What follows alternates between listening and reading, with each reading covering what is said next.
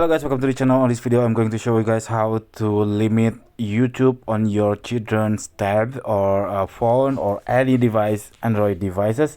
Here what you have to do, make sure you already connect the devices into your family link, so you have full control through your own phone, controlling your son's or daughter's phone. So after you connect it, you just open your family link, make sure you connect on the correct device, and then you can click this app limits on down below here.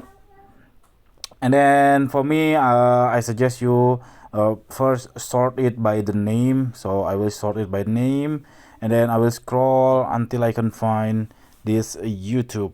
So here by now my son never opened YouTube today, so actually I want to limit YouTube since he has exam in the next week. So what I have to do, I just press this YouTube and then I will block the YouTube at all.